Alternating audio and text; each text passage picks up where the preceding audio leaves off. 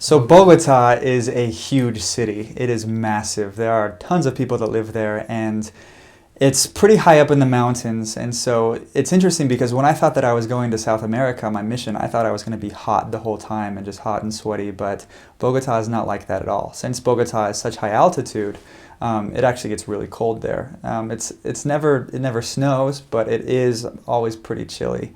And most of the houses that you live in, they don't have heat, they don't have air conditioning. And so I would say that the average temperature would be about 50 to 60, sometimes 70s or 80s when it gets hot in the day. But it's kind of a chilly, mild climate. It would rain a lot. So you would I would say probably the hottest day in Utah is about one of the hottest days in Bogota. And then you'd get really cold days. And nights were always kind of interesting because, you didn't have any heaters, and so you just kind of have to bundle up a little bit. But Bogota it's a beautiful city. There's a lot of stray dogs everywhere, but depending on where you are, sometimes, I remember in one of my areas, there was this little, I guess a little town on the side of a mountain, and it was just beautiful. They had, all their houses were painted bright different colors, and there was...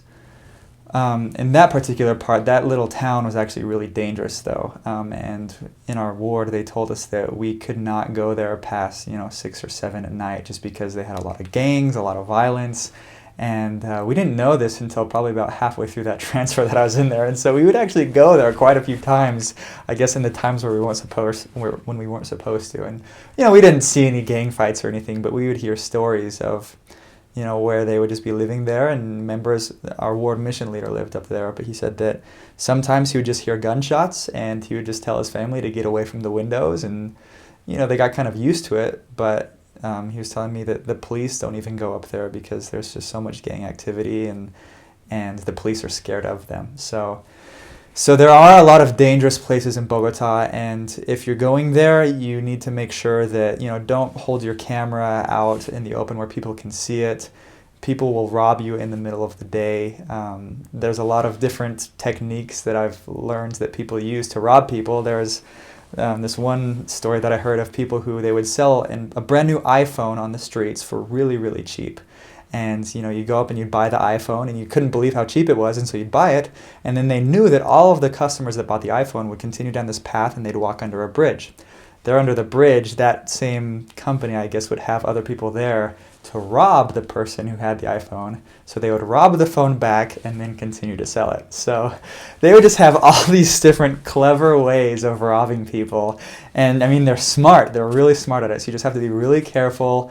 They can easily get your credit card information or other ways by pretending that they're the police or pretending to be all these things. So you just have to use common sense. Be wise. Don't be out late at night. Don't be walking the street by yourself, and you'll be fine. But Bogota really is a beautiful city, and they have tons of street vendors where they sell delicious food, arepas and empanadas and buñuelos.